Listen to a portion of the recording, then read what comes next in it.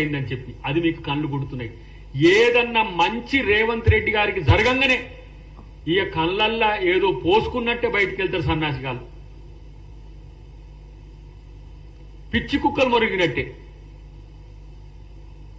నిజంగా ఇలా ఎన్ని 1,14,181 కోట్ల రూపాయల సంక్షేమ పథకాల అభివృద్ధి పథకాలకు మేము ఈ సంవత్సరంలో మేము ఖర్చు చేసినాం.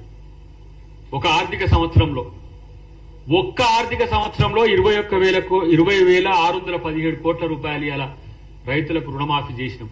మీరు 9 సంవత్సరాలు చేసింది ఎంత? 18,000 కోట్లు 17,000 కోట్ల రూపాయలు చేయించి మొత్తం 9 సంవత్సరాల్లో రైతు రుణమాఫీ మీరు చేసింది. ఒక్క సంవత్సరంలో మేము చేసింది 20,617 కోట్లు. ఇక ఆయన రైతు భరోసా ఉండదో ఉండదో అని ఒకటే ముండమోసినట్టు ఆయన మాట్లాడుతూ ఉన్నాడు బండి సంజయ్. నువ్వేమీ ఆ బాధపడకు నాయన, భరోసా ఎవరు రైతు భరోసా తీసేస్తామని ఎవరు అనలే. మీకు చేతనైతే ఆ మోడీ గారి కాడ పోయి కూర్చొని ఏమన్నుంటే సాధించుకొని రండి. కనీసం విభజన చట్టంలోని అంశాలనన్నా సాధించుకొని రండి.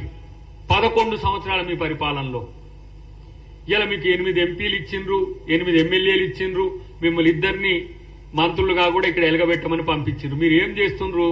పొద్దుగాల లేస్తే ఇలా ప్రభుత్వం మీద ఆడిపోసుకోవడం తప్పితే మీకు ఇంకో పని లేదు.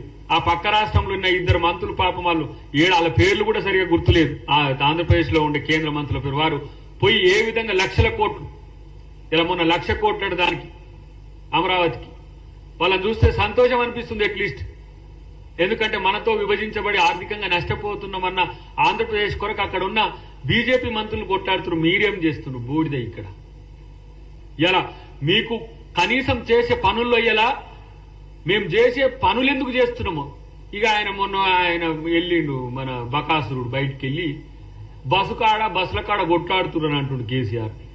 మరి తీసేద్దామని చెప్పి నీ పార్టీ రెజల్యూషన్ చేయి, ఫ్రీ బస్సు మహిళలకు తీసేద్దామని చెప్పి మీ పార్టీ రిజల్యూషన్ చేయండి.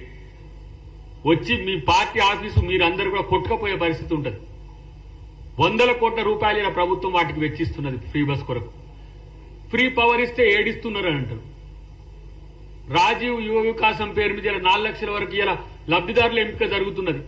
52,000 ఉద్యోగాలు ఇచ్చినాం. 52,000 ఉద్యోగాలు ఇలా కల్పన చేసినాం. 30,000 పైచిలకు ఉద్యోగాలకు మళ్లీ నోటిఫికేషన్ చేసినాం. మీకు కనీసం కండ్లున్నా కనబడని స్థితిలో మీరుంటుంది. అన్నిటికంటే ముఖ్యంగా వీళ్ళు ఒక మంచి పని జరిగిన వెంటనే పోలోమని బయటకు వస్తున్నారు బీజేపీ బీఆర్ఎస్ నాయకులు. ఎందుకంటే వీళ్ళు క్రెడిబిలిటీ అనేది లేని నాయకులు కాబట్టి. ఇలా మనోడు మాట్లాడుతున్న కేటీఆర్ ఇలా రేవంత్ రెడ్డి గారు వచ్చిన తర్వాతనే మొత్తం ఆర్థిక పరిస్థితి అంతా కుంటుపడ్డదన్నట్టుగా మాట్లాడు.